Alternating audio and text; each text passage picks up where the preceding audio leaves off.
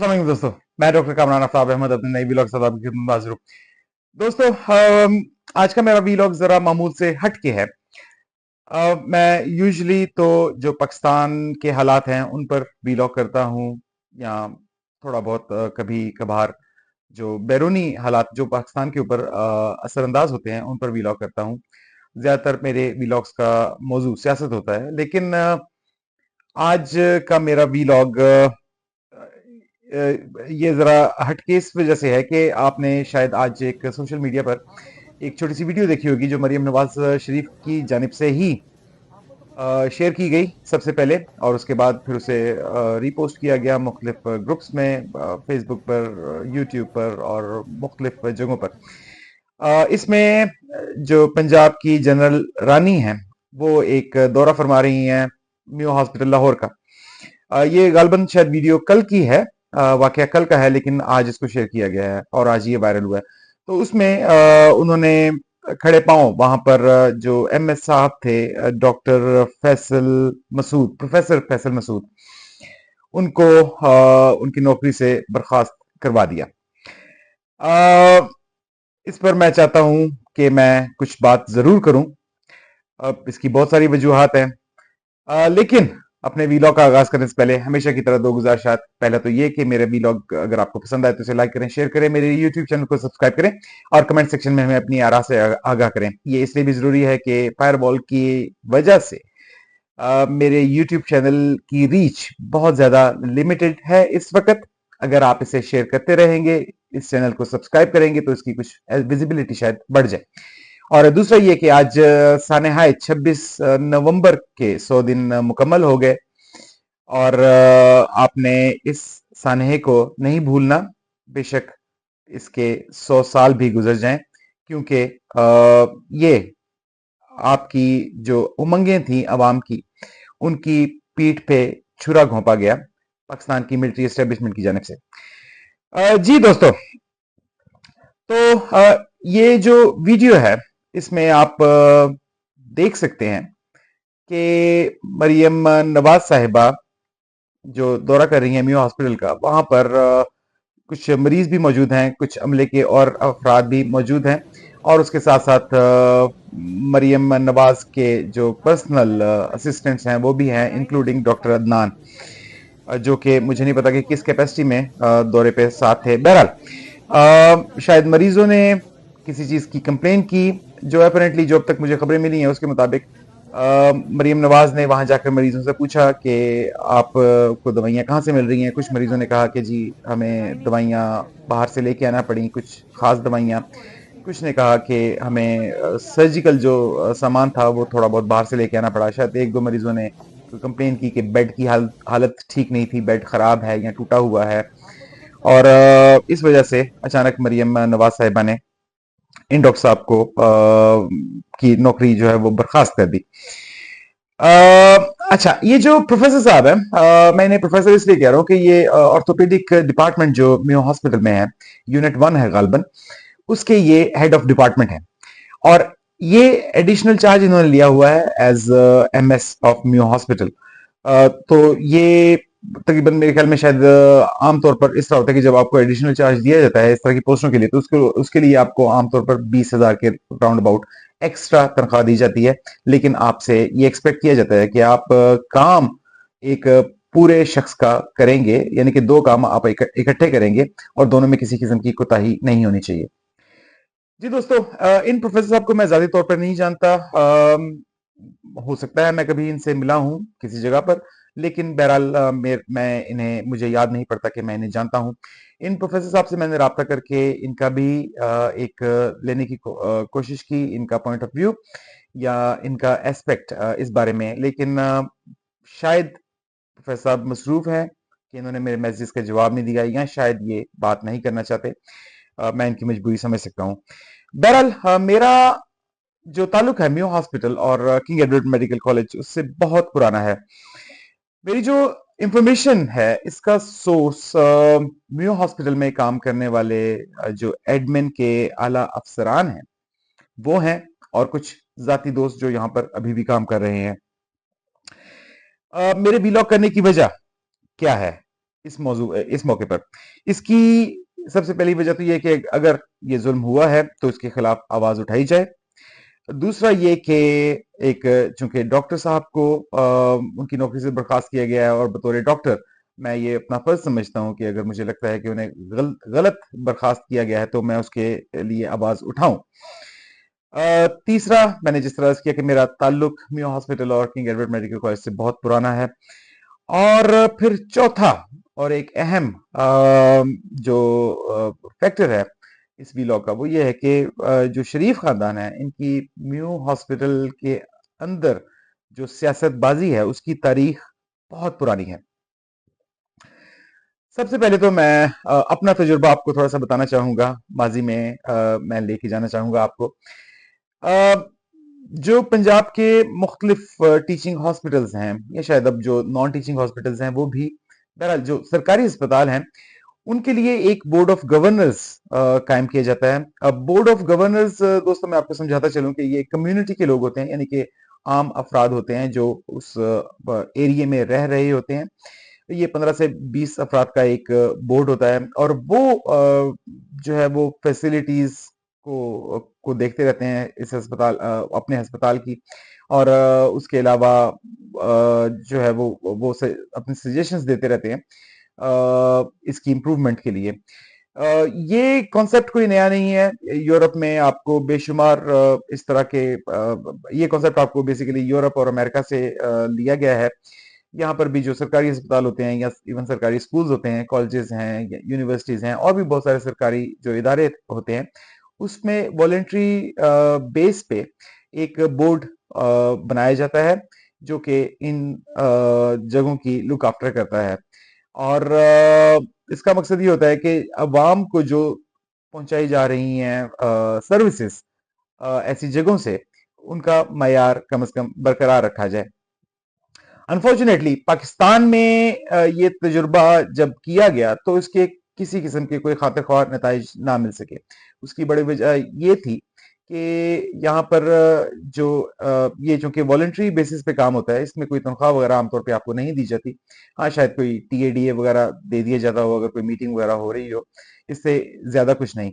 लेकिन यहाँ पर फिर भी इन बोर्ड ऑफ डायरेक्टर्स की सीट्स के लिए लोग बहुत जोर लगाते हैं पाकिस्तान में, और उसकी वजह टोटली सियासी नौयत की है।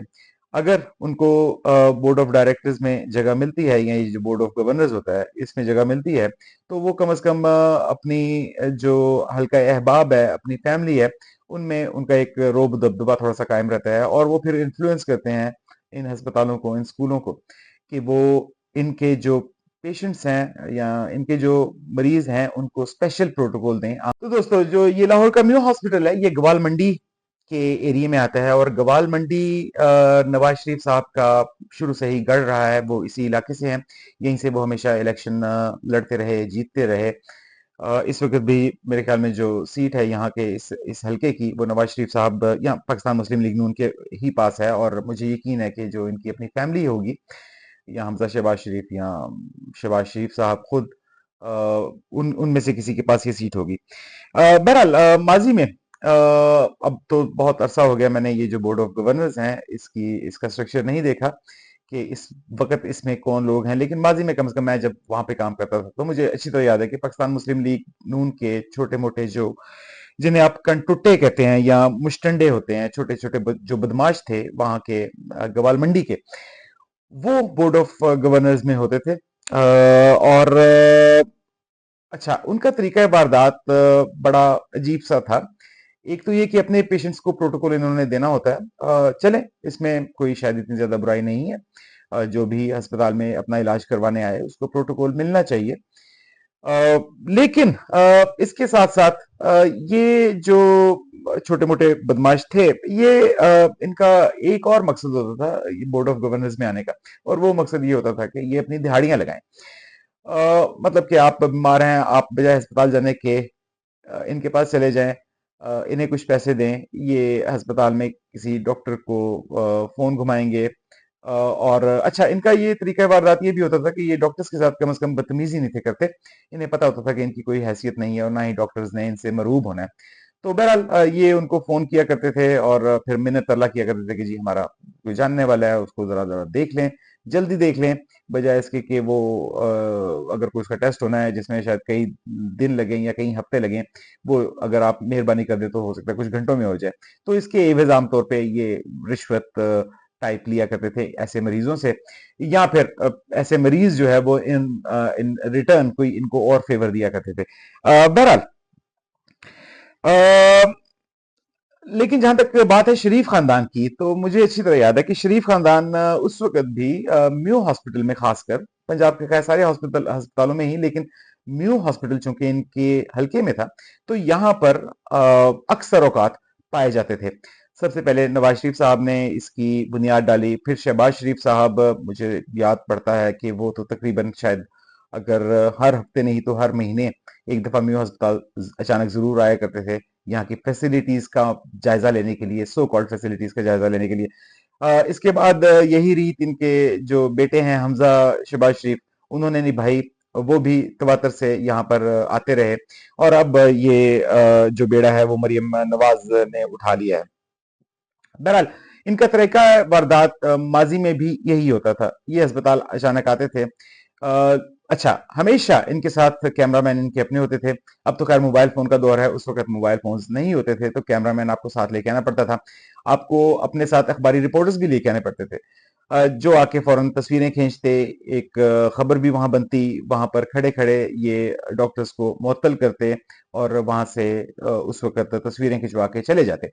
लेकिन फिर ये डॉक्टर्स को जिनको इन्होंने मुअत्तल किया होता था, उन्हें कह देते थे, एक मैसेज पहुंचा देते थे फौरन ही कि आपको परेशान होने की जरूरत नहीं है, ये जस्ट एक फोटोशूट था, तो आप पे किसी किस्म का इसका असर नहीं पड़ेगा। लेकिन बहरहाल रात का खबरनामा होता था 9 बजे का पीटीवी पे, उस पे ये बड़ी बड़ी खबरें जरूर चलाई जाती थी कि इन्होंने दौरा किया है और इन्होंने गैर तसल्ली बख्श कारकर्दगी की वजह से कितने डॉक्टर्स को मुअत्तल कर दिया है। और लेकिन इंटरेस्टिंगली उस वक्त भी मैं खबरनामा रोज रात को देखा करता था, तो मुझे इन डॉक्टर्स का कभी आज तक नाम नहीं था पता लगा।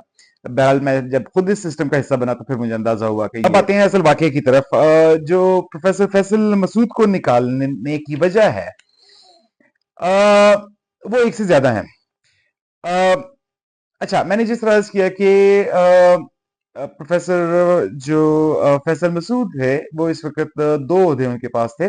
एक एडिशनल चार्ज था मेडिकल सुपरिटेंडेंट का मेयो हॉस्पिटल के, और दूसरा इनकी जो मेन जॉब थी, ये प्रोफेसर ऑफ ऑर्थोपेडिक डिपार्टमेंट है।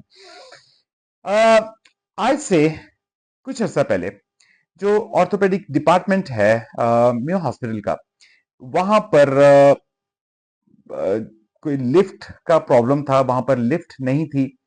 उस लिफ्ट को लगाने के लिए एक लोगों से चंदा लिया गया और एक लिफ्ट लगाई गई, लेकिन फिर अचानक ही एक हादसा हुआ, वो लिफ्ट गिर गई।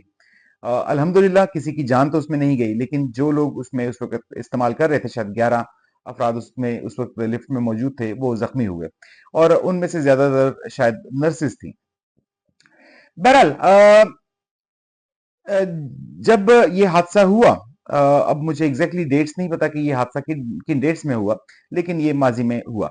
तो जिन लोगों ने डोनेशंस दी हुई थी, उन्होंने इंक्वायरी का मुतालबा किया, क्योंकि उनके ख्याल में उन्होंने जिस लिफ्ट के लिए डोनेशन दी थी वो बेहतर थी, और लेकिन उनसे डोनेशन शायद ज्यादा ली गई, या पैसे उनसे ज्यादा लिए गए, या उन्होंने पैसे ज्यादा दिए, लेकिन लिफ्ट गैर मायारी लगाई गई। अब बहरहाल ये लिफ्ट किसने लगवाई, इस बात का जवाब तो मेरे पास इस वक्त नहीं है। आने वाले कुछ दिनों में डेफिनेटली मुझे इस बात की इंफॉर्मेशन भी होगी। लेकिन इस हादसे के बाद प्रोफेसर जो फैसल मसूद साहब है, उनको फोर्स किया गया कि वो इसकी जिम्मेदारी लें, इस हादसे की जिम्मेदारी लें, जो कि उन्होंने इनकार कर दिया।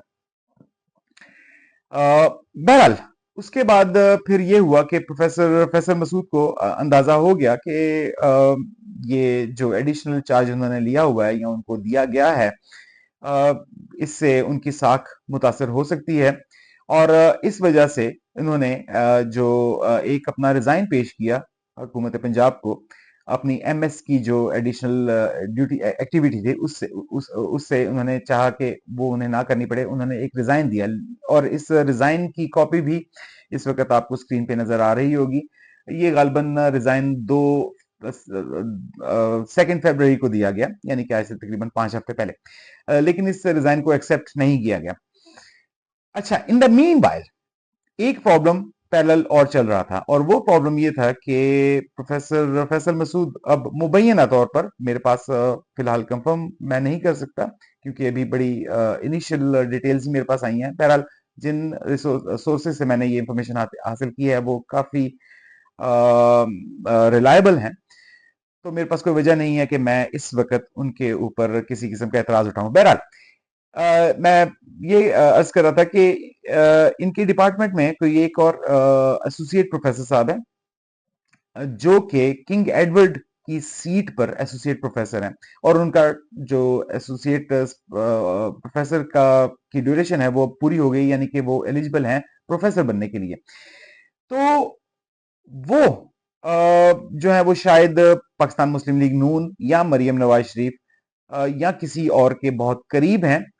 तो इसलिए इन जो प्रोफेसर फैसल मसूद हैं उन्हें कहा गया कि आप जो है वो प्रोफेसरशिप से रिजाइन दें, और आप मेडिकल सुप्रिटेंडेंट का जो चार्ज है वो मुकम्मल तौर, क्योंकि अगर ये अपनी प्रोफेसरशिप से रिजाइन दे देते तो फिर जो एसोसिएट प्रोफेसर हैं इनके, उनको प्रमोट करके प्रोफेसर बना दिया जाता। लेकिन प्रोफेसर फैसल मसूद ने ये कहा कि ये चूंकि पब्लिक सर्विस कमीशन के थ्रू ये प्रोफेसर बने हैं, तो ये रिजाइन नहीं देना चाहते उस पोस्ट से, और ये मेंटेन करना चाहते हैं अपनी जो ये क्लिनिकल पोजीशन है, यानी कि प्रोफेसरशिप को मेंटेन करना चाहते हैं।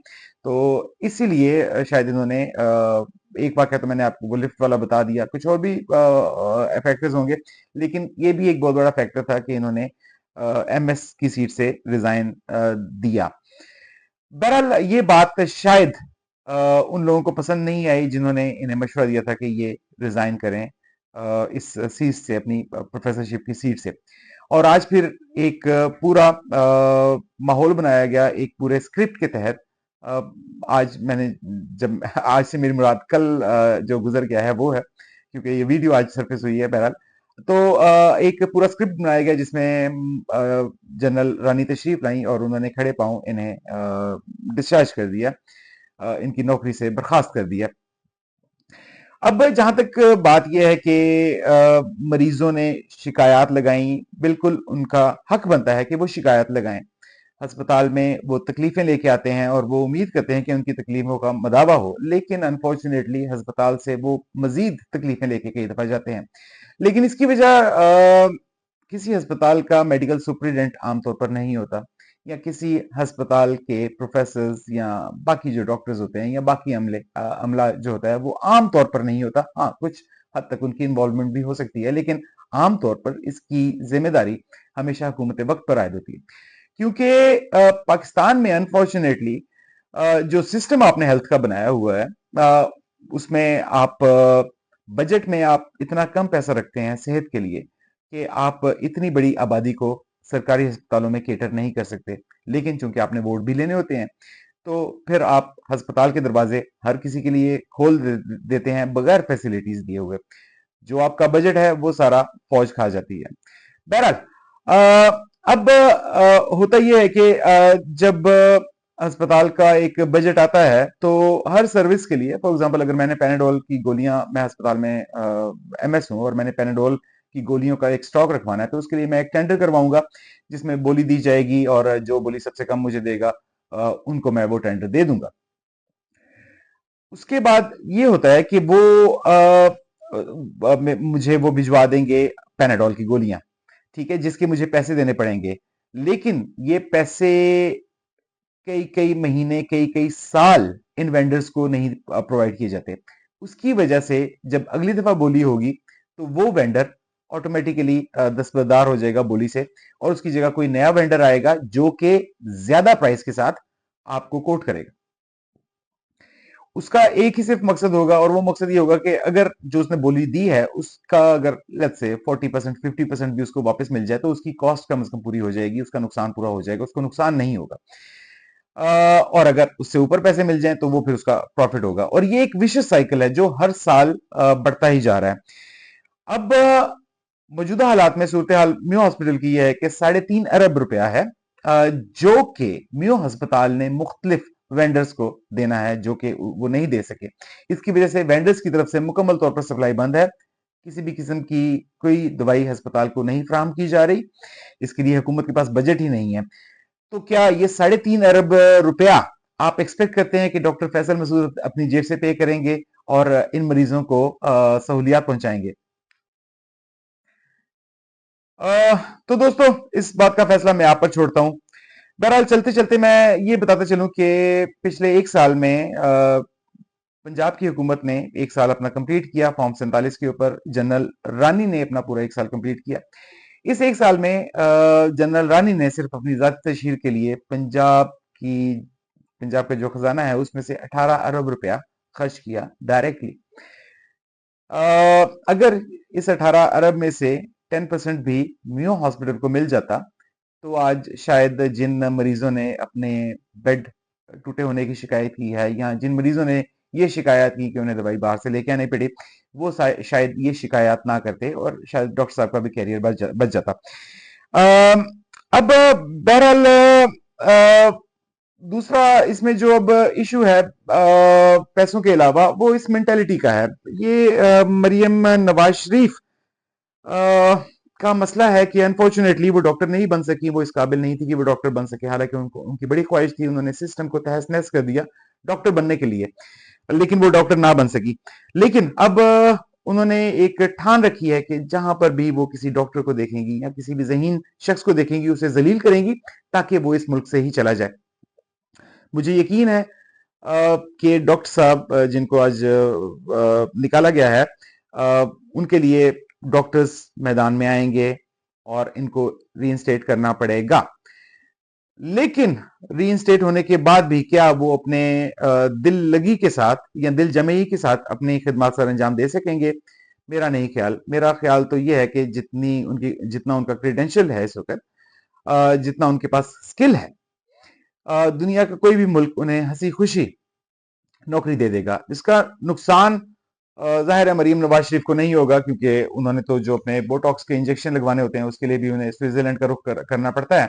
लेकिन पाकिस्तान की अवाम एक बहरहाल एक लाइक डॉक्टर से महरूम हो जाएगी, और इनको देखा देखी और भी बहुत सारे डॉक्टर्स होंगे जो कि एक नेगेटिव फीडबैक के साथ इस मुल्क से निकलने की कोशिश करेंगे।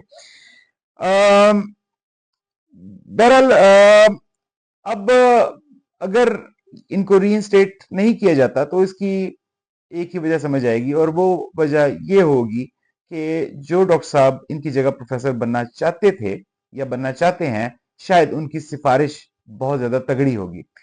बहरहाल दोनों ही सूरतों में इस वक्त पंजाब हुकूमत और खासकर मरियम नवाज शरीफ हमेशा की तरह इन्होंने खुद को बहुत ज्यादा एक्सपोज कर लिया। मेरा ख्याल है कि आने वाले दिनों में डॉक्टर्स कम्युनिटी इनके लिए बहुत सारे मसाइल खड़े करेगी, लेकिन अनफॉर्चुनेटली इसके जो नताइज हैं वो आम आवाम को भुगतने पड़ेंगे, जो पहले ही अस्पतालों में खुआर हो रहे हैं। जी दोस्तों, मुझे अपने अगले वीडियो तक इजाजत दीजिए और अपना ख्याल रखिए। पाकिस्तान जिंदाबाद।